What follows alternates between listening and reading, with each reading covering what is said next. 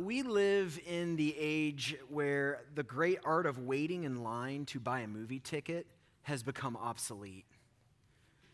Back in my day, it's funny because I was going to say 20 years ago, and then I realized somebody was telling me the other day, they're like, yeah, when you start stories with 20 years ago, you're getting old. I'm like, yeah, I know. But seriously, 20 years ago, this would have been 1999, the Phantom Menace was coming out into the theaters. There had not been a Star Wars movie in almost 20 years since the last one came out, and so, never in my lifetime, and so I was very, very excited to be a part of that. And so my brother and I had made plans because they weren't showing the movie in the little podunk theater in Olney, so we were going to drive over to Vincennes, Indiana to watch it at the theater over there. Now, of course, I was a freshman in high school at the time, so I didn't have my license, so my brother and I are, colluding on how we can make that happen, a midnight showing out of town on a school night. Somehow we talked my parents into it. And then so we jumped into my brother's powder blue 1972 Dodge Dart. It's a beautiful car. And so jumped into his Dodge Dart, drove over to Vincennes. We ate dinner. Of course, we're like, okay, then we'll still have 5 or 6 hours to be able to get in line because the line's going to be around the block. We'd seen things on TV about people, so committed to this movie that they had camped out the night before. And anyway, so we're like, okay, we're going to do that. And so we drive up to the theater. We parked like a block away because it's like there's going to be no room to park. And then so we walk the block and there's nobody outside the theater. We're like, what? Well, maybe they'll be coming in a little bit. So we wasted some time, came back once it was dark. Still, I think there was maybe 2 or 3 people outside. And so anyway, we're kind of trying to sleep because it was a midnight show and we were trying to sleep in the car until, the movie was going to come about. And so about maybe 30 minutes or so, we decided okay, let's go. And there was maybe 10 people outside the theater. So we're all gung-ho, hardcore, ready to, show our loyalty to Star Wars. And there was 10 people out there, which the movie ended up being horrible anyway, except the lightsaber fight at the end. That was the one redeeming quality. But none of you care about that. So you will by the time I have my way with you. But no, at the end of Jesus' Sermon on the Mount, he said something that was really, really interesting. And so this whole idea of the wildest things we've ever done for dedication. What's the wildest thing you've ever done because you were committed to something or dedicated to something? Jesus said something in the Sermon on the Mount, Matthew 7, verse 24. He says, "Therefore, everyone who hears these words of mine and puts them into practice is like a wise man who built his house on the rock. The rain came down, the streams rose, and the winds blew and beat against the house, yet it did not fall because it had its foundation on the rock." So this is something we encounter when we encounter the teachings and life and ministry of Jesus. We encounter this question, what am I building my life on? If I'm building it on according to what Jesus said, if I build my life according to his ways and his kingdom and his way of existing in the world, I'm building my life on the rock, and no amount of problems or issues or hardship can come along will cause that life to fall apart. But if I build it on other things, and we do that, it's real easy to do that. We build our lives on our own kingdom, our own choices, our own ways. But Jesus warned, be careful how you build. Because when you build on those types of things, it's like building on sand, and it just takes the right storm at the right time to completely demolish everything. Because you may not realize it, but you are building something as you live your life. You're making choices that determine the foundation of what your life is going to be based on. And so Jesus warned us, like I said, be careful how you build. And so we're starting this series called Built to Last, because the reason why is we believe that the life and teachings and ministry and death and resurrection of Jesus is something worthy of living for. And when we do that, when we base our life on the ways of Jesus, our life becomes built to last. It will stand the test of time. But see, the truth is, and this is often how we think about Jesus, and this is very much the American religion, the way we think of things, is we think Jesus just came to improve our lives, to make our lives a little bit better, to make me a little bit of a better person. And, I'd like to become a better husband or a better father or a better, laborer, employee or whatever. And so I'm going to follow Jesus because he'll help me be better at those things. But the thing is, Jesus didn't just come. Your life will be better if you follow Jesus, but that is not why we follow him.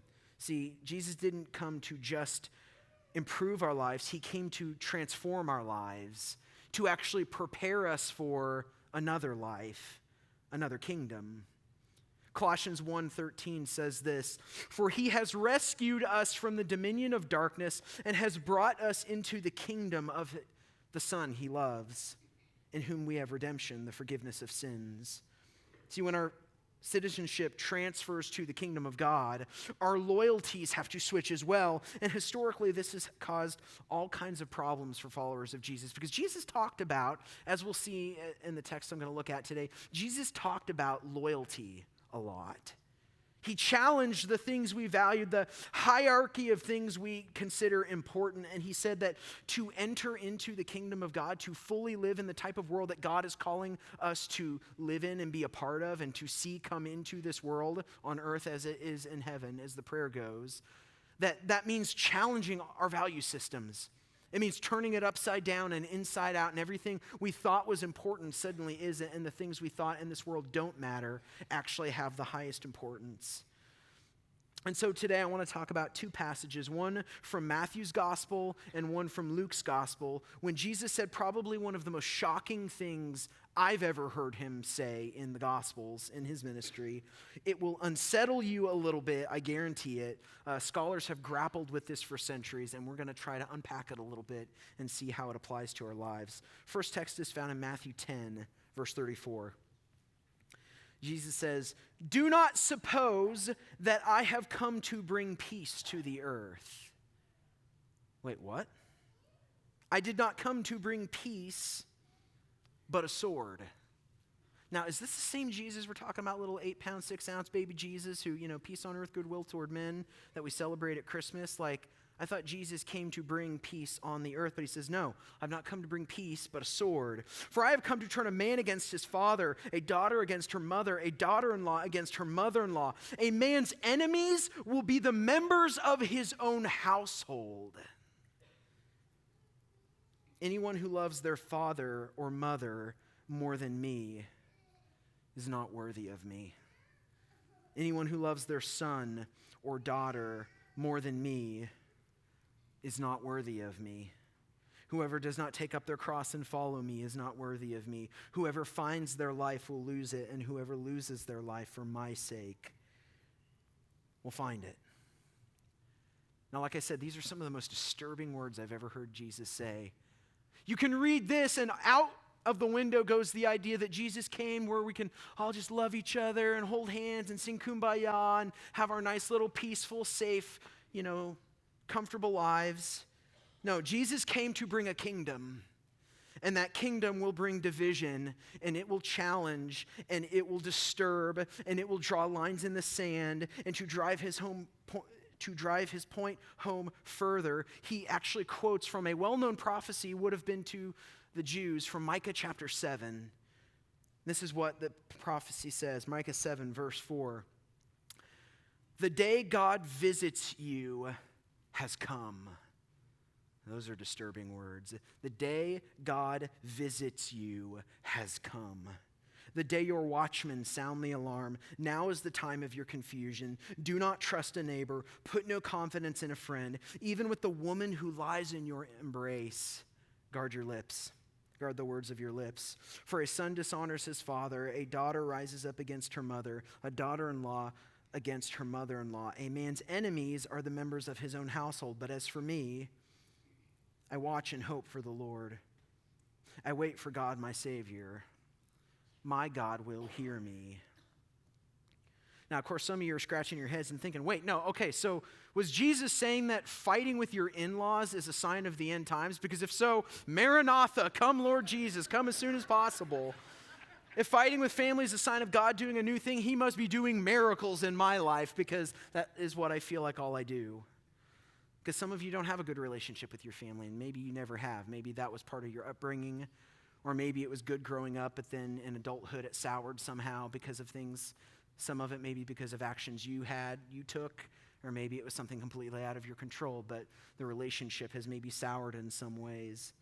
Of course, others of you, you have good relationship with your family. So you hear this text and you struggle with that because you think, wait, like was Jesus saying I had to choose between my family and him? Because like I love my family and we're really close. So like why is he making me, it seems like he's making, like that's a hard pill to swallow. What did Jesus mean by this? Well, if it's at all confusing what he's saying here, he says it a little more strongly in Luke 14, verse 25. Large crowds were traveling with Jesus, and turning to them, he said, imagine building a church on this teaching. If anyone comes to me and does not hate father and mother, wife and children, brothers and sisters, yes, even their own life, such a person cannot be my disciple. And whoever does not carry their cross and follow me cannot be my disciple. Imagine building a church on that. Like, hey, we're a family-oriented ministry, meaning we want you to hate your family, so please come attend our church. See, this plus the Micah prophecy paints this really grim picture for the last days. When God shows up to do a new thing, it's going to cause divisions. It's going to cause problems. The old loyalties will die. Families will divide. And so Jesus warns his listeners, if you choose the old loyalties over me, you're not worthy of me. If you choose the things of this current age, your old life, you don't deserve a share in what's about to happen, what I'm about to do on this earth, what is about to unleash in this world. If you're choosing the old world, you can't expect to have a part in the new. You got to make a choice. No more sitting on the fence. Decide. Now, what is Jesus actually saying here? He's demanding to be the highest priority. Jesus demands to be the highest priority. He doesn't just want to be a part of your life. This is often how we think with American religion. It's like, oh, like, yeah, I go to church sometimes, and yeah, I pray, and yeah, I'll go on Christmas and Easter, and every once in a while I'll pray whenever something's going wrong, or I'll read my Bible every once in a while. But see, Jesus doesn't just want to be a part of your life. He wants to be the most important part of your life. He wants to be your life. That's why he says, I am the resurrection and the life. Anyone who believes in me, though he may die, yet he shall live. He doesn't just give us life. He is our life. Now, of course, for some in certain parts of the world, because there's certain demands of family loyalty that come along with that. Because, I mean, this is even a difference in the way culture is, and I'll unpack that in a minute. But there's certain parts of the world that demand family loyalty to either a traditional religion or certain practices or the way that we live. That they demand family value is the highest thing. And so for some parts of the world, choosing Jesus over maybe what the family wants you to choose, that causes a rift. It causes a problem where you feel like you're having to choose between the two. Of course, we don't deal with that maybe as much here. We do in some ways. But for us, in our culture, it's more the demands of our time, temptations to pursue possessions and wealth that steal our affection, that take our highest loyalty, and we'll talk about some of that in the weeks to come. So what does it mean to hate your family? Because Jesus said, unless you hate your mother and father, brother and sister, sons and daughters, you have no part in me. What does that mean? What does that mean to hate your family? Does it mean that you begin to disdain them and don't want anything to do with them and just kind of abandon them and go off and kind of start over and do your own thing? Well, again, you can't base your entire life off of one particular text, and this is the problem that comes with biblical illiteracy, and our culture is becoming more and more biblically illiterate. Is we build entire belief systems and lifestyles off of one particular verse, and I'm not wanting to do that today, that whenever we look at text, we have to consider the full counsel of God, consider what the rest of the scriptures say, and I immediately, as I thought about this, what does it mean to hate your family? Like Jesus is calling us to that, and I immediately thought of 1 Timothy 5:8. Where Paul is warning about. Now, of course, you need to understand, when Paul writes things in these letters to these churches, this was not, hey, I just thought of a bunch of random things that might be useful for you. They're usually almost always based on specific things that actually happened in their community, and so he's addressing it in the letter, saying, this happened, and now I want to tell you what God thinks about it. And so he writes this, anyone who does not provide for their relatives, and especially for their own household, has denied the faith and is worse than an unbeliever.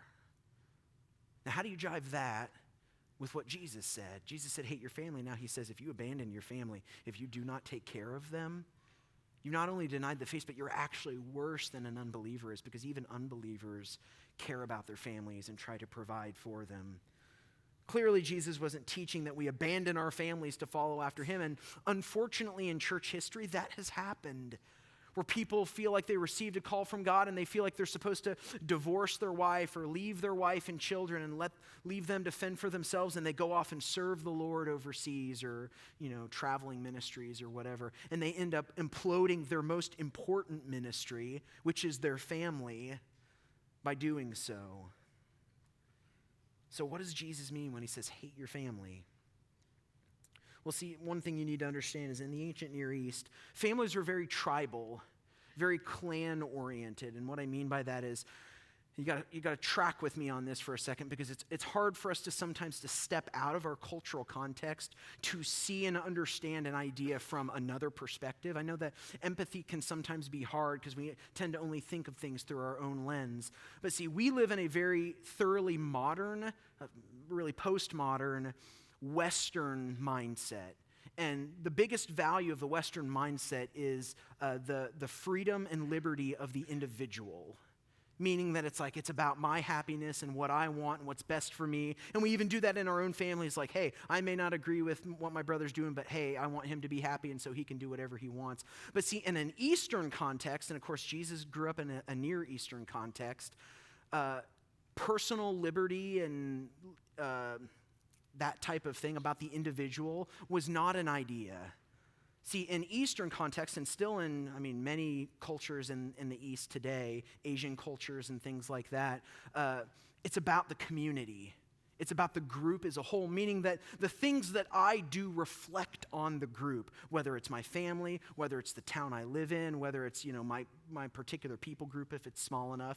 And so everybody gets to speak into what I do because my behavior reflects on them. If I'm very successful and do really well, well, they're all very, very proud because in that culture, they view themselves as taking a part in making that happen. And so therefore, if I do something sinful or wrong or shameful, that Eastern contexts usually have an honor and shame-based type of idea, meaning if you do good things, you're bringing honor to the group, but if you do bad things, you're bringing shame to the group. And this is kind of the dynamic that's going on in Jesus' day, is when these people would choose the way of the kingdom that Jesus is talking about, well, that rubbed against classical Judaism. That rubbed against many of the problems many of the things going on in that day. And so oftentimes, like in parts of the world over there now, it's considered a betrayal of family values for me to choose this other way rather than follow maybe whatever traditional, religion they're following. So, but what Jesus was saying here is, you're faced with a choice. It's about choosing what is most important in your life, no matter what the cost is, even if it means turning away from your family. That essentially what Jesus was saying about hating your family is he says, I want your commitment and your love for me to be so strong that your loyalty and commitments to every other thing and person would be considered hate for them. That's how much of a disparity there is between the commitment. That Jesus is elevated above everything else by so far that any other relationship, any other bond, any other affection looks like hate compared to love for him. And we see this throughout the scriptures. Examples of hating your family, in a sense, include Abraham choosing to leave his homeland and what he knew, his clan, everything in his homeland. He left that to go to an undetermined place to live essentially as a wanderer, as a nomad. Left everything. That was such a bizarre thing to do in the ancient world, to leave everything that you knew, all of your safety, all of your security, that he left. Essentially, he was showing hate to his family by going and leaving. It's like Moses, whenever he left the family he had in Egypt to suffer with the Hebrews in slavery. It was Jonathan, I can't get over it. The more I think about this, the context I see in this, Jonathan choosing David over his own father. We know the story, but the more I've thought about it, I realized the dude chose his friend over his dad. He was supposed to be the next king of Israel. He could have easily had David wiped out, and that would have cleared the path for him to become the next king. But instead he said, I would rather choose what God is doing, even if it's to my detriment, meaning I don't get to be king, and he ended up dying in battle. He says, but it's worth it because that is what God is doing, and I'm willing to say yes to that. It was John and James, Peter and Andrew dropping their fishing nets, walking away from the family vocation to follow Jesus. It's every time one of us says no to what's expected of us in culture. And guys, there are things that are expected of us in culture. And so we get told that we're bigoted and we're on the wrong side of history and that we're ignorant because we're not saying yes to cultural expectations, but instead saying yes to Jesus. But see, every time one of us says no to what culture expects and yes to him, this is what Jesus is talking about here. But of course, that costs a lot to do that, doesn't it? We don't often think about that. We say yes because we have an emotional moment, and then later, halfway through, we think, oh boy, what have I gotten myself into? I don't know if I can finish what I started, which is why Jesus says what he says in verse 28. He says, suppose one of you wants to build a tower. Won't you first sit down and estimate the cost to see if you have enough money to complete it? For if you lay the foundation and are not able to finish it, everyone who sees it will ridicule you, saying, this person has begun to build and wasn't able to finish. Or suppose a king is about to go to war against another king. Won't he first sit down and consider whether he is able with 10,000 men to oppose the one coming against him with 20,000? If he is not able, he will send a delegation while the other is still a long way off and will ask for terms of peace.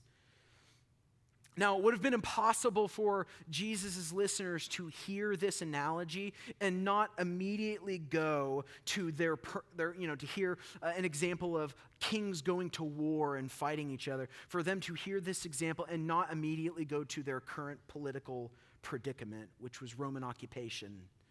See, for centuries, Israel had wanted to be free like they were in the times of David and Solomon, to rule themselves, that they were supposed to be the greatest nation in the world, a light to all of the nations, and yet they found themselves one of the smallest nations in the world under the subjugation of multiple foreign rulers, and at the time of Jesus, it was the Romans.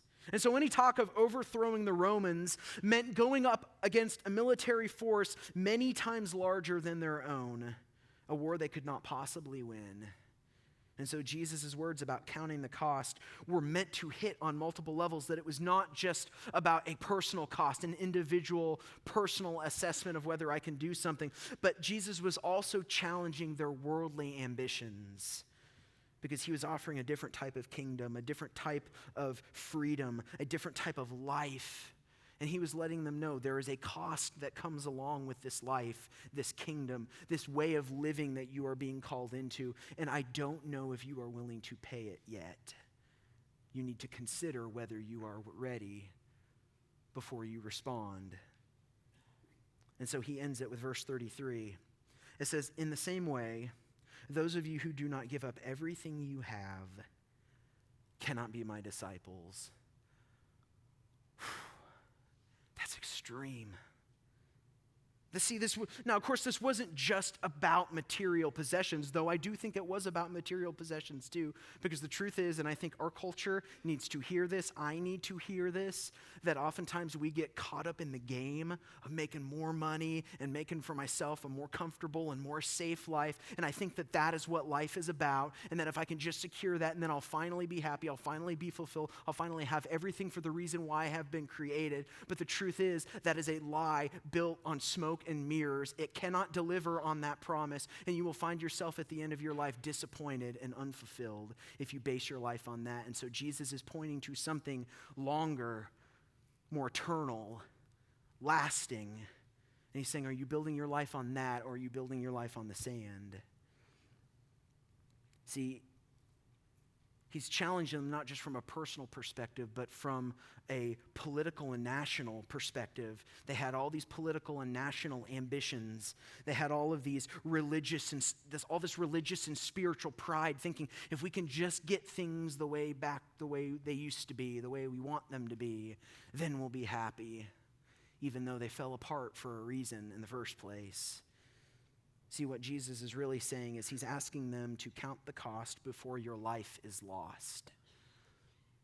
Because he's almost giving this little political warning saying, you are pursuing a track with the Romans that will not end well.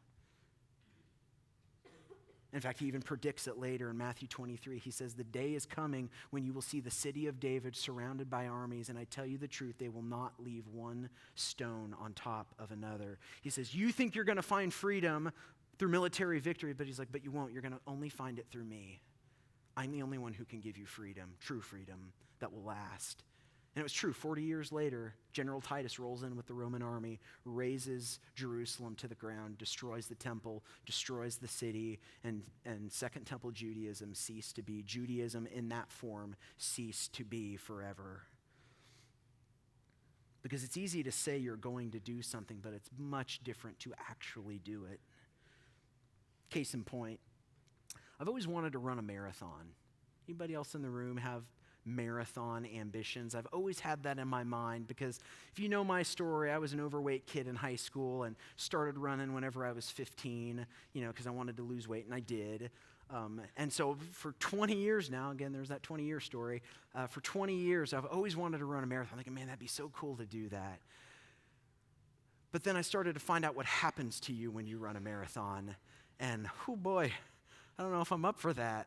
I mean, not only is it just like months and months of some very long runs. I mean, you have to get up like really early in the morning. You have to have like 3 or 4 hours unbroken to be able to run, to be able to get ready for some of these. So, I mean, there's the training and discipline part of it also. But I was reading an article in Runner's World magazine not too long ago, and they were talking about just a few of the costs. This is probably not even naming all of them. Just a few of the costs that come with running a marathon. Just a few of them right here. There's one called runner's hay fever, where apparently when you start when you're running that much, like it does something to like the mucus glands in your nose to where your nose just starts, like while you're running, just starts like running. So I guess your nose starts running with you, apparently. There's chafing of all various kinds, where to the point of being bloody. Like, your nipples will be bloody by the end. Like, your nipples take one for the team. Like, that's how bad, like, that alone gets it, done for me. You can actually get temporarily shorter from running. Like, it says, like, the constant pressure of, like, pressing on the spinal fluid, actually can make you up to an inch shorter during the run. Guys, I don't need to be any shorter than I already am. And of course, there's all the strenuous things that come with it: cramps, nausea, sore feet. It says your toenails can turn black and even fall off. And then, another thing that was really interesting was by the time a marathon is done, you will have burnt 10 Big Macs worth of calories during that time. It says that's enough energy to charge your iPhone for a year. I'm just tired telling you about it. So I feel like I've let go of that ambition a long time ago. Maybe a half marathon, maybe at some point, but full marathon, probably not going to happen. Not going to do it. But you see, the stakes on me running a marathon are nothing compared to Jesus' disciples back then and now. That there's a challenge there. Am I willing to turn away from the things that I value most if they are competing for my affection for him? Of course, we see in parts of the world where there are people, Muslims and Hindus and things like that, when they turn away from their traditional faiths and turn to Christ, there are things called mercy killings, where the family actually view it as a merciful thing mandated by their God to end the person's life for blaspheming their deity.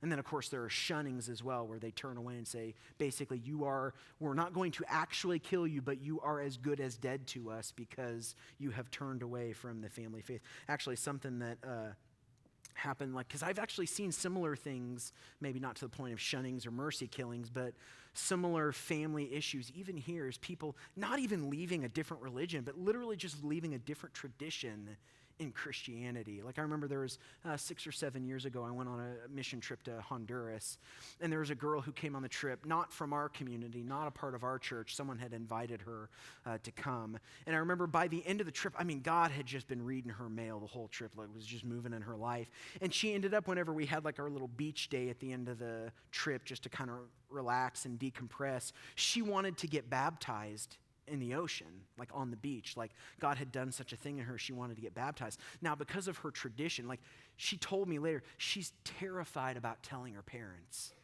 terrified about telling her mom that she gave her heart to Christ and was baptized. Because the tradition she came from, because I think her older sister had got married and had started attending a different church, and her mom had not spoke to that sibling in years. Like, that's how serious the family loyalty thing was. And so she's terrified, and I'm sitting there hearing this, and it's not the first time I've heard a story like that. There are many of you who have dealt with things like that, of the family loyalties demanding things of you that are not the most, it's making things that shouldn't be the most important, the most important. But Jesus gave a formula for how to understand this, how to put it in the right perspective. Matthew 10:39, where Jesus said, "Whoever finds their life will lose it, and whoever loses their life for my sake will find it."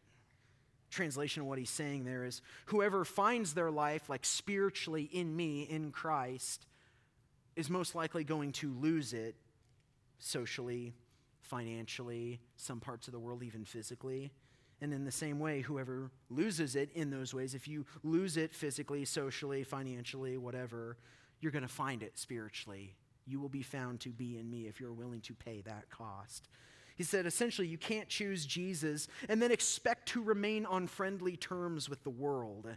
You're going to feel like you don't belong anymore. You're going to find that you're out of step with the way that the world works. And so the reason we started with this series, with this message, is because this idea is the most important thing. Is Jesus center stage in your life? Is he your greatest treasure? Or are there other things competing for your affections? Maybe it's alcohol. Maybe it's a sexual relationship. Maybe it's pursuing the good life, believing wrongly that culture promises that it will fulfill you. But see, the truth is, sex is filling, but it won't fulfill you. A good family, a good marriage, a good home life is filling, but it won't fulfill you. A good career, making lots of money, having a nice, comfortable, secure future is filling, but it will not fulfill you. Only Jesus can do that. Tolian Tavigian, the grandson of Billy Graham, he once said it like this. This is one of my favorite sentences ever. He said, Jesus plus nothing equals everything. Everything minus Jesus equals nothing. See, if I have Jesus in my life, it doesn't matter what else I lose along the way. He's enough. And if I gain the whole world but lose Christ and my soul in the process, have I really gained anything? Because I may gain all of this stuff that eventually I'm going to die and maybe pass on to someone else or the government, but I don't get to take it with me. Because see, in these passages, Jesus is giving a secret to the kingdom, the foundation on which everything else is supposed to be based. He was calling us to declare him as king in our lives so that his reign and rule would have effect in every area of our lives. My money, my family, my job, my politics, my sexuality, my relationships, all of it is supposed to belong to King Jesus. And so this is why the early Christians, that literally the earliest creedal statement given to the church that people would know and memorize and say on a regular basis, because it reminded them of what was most important, was 3 very simple words, and it was Jesus is Lord. It was the baptismal creedal statement, meaning when someone would give their life to Christ, they would submit to the waters of baptism. The thing they would proclaim before dying with Christ and raising into a newness of life was, I believe that Jesus is Lord of every area of my life. He is the Lord of heaven and earth, and that covers every aspect of who I am. And going into the waters of baptism was declaring that, was saying that this God who died for me, who rose from the dead for me, has done a work in me, and now I'm dying with him so that I can live with him as well forever. My life belongs to him. My life is forfeit. I'm not in control anymore. I now belong to King Jesus. Because we often think that the Christian life is like, I become a better person, I clean myself up a little bit, and then I come to Jesus. But no, we're supposed to bring our mess to him, and he cleans us up. He transforms us. And so the question that I would leave you with today is Jesus your all? Is he your Lord? Is he your everything? Because that's what it means to give your life to Jesus. It's trusting that he and he alone is worthy of giving your whole life to. every part, not holding anything back, but unleashing, unyielding control of my life to him in every single area, saying yes to God in every single way possible. Do you want that today? Because you can have it. He invites you to respond. So will you stand with me?